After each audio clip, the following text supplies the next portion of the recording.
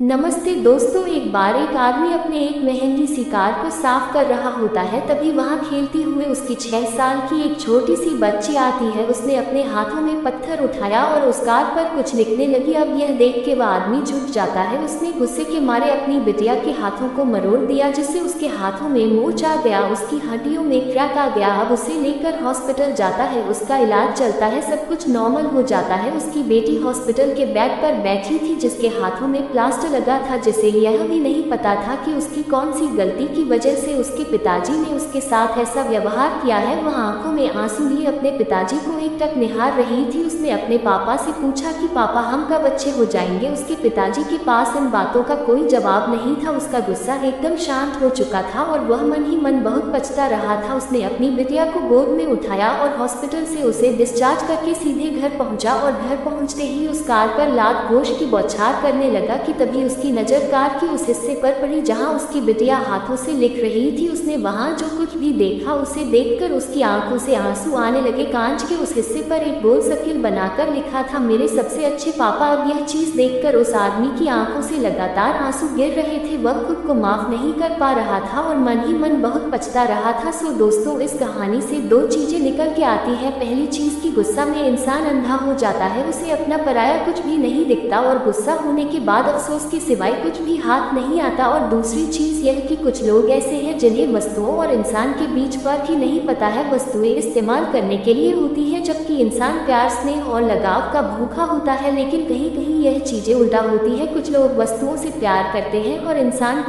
को एक वस्तु की तरह इस्तेमाल करते हैं, जो हम सबके लिए बड़े शर्म की बात है। दोस्तों, उम्मीद करता हूँ कहानी आपको पसंद आई होंगी। ऐसी ही अन्य वीडियो के लिए हमारे चैनल को लाइक, सब्सक्राइब और फॉलो जरूर करें। धन्यवाद।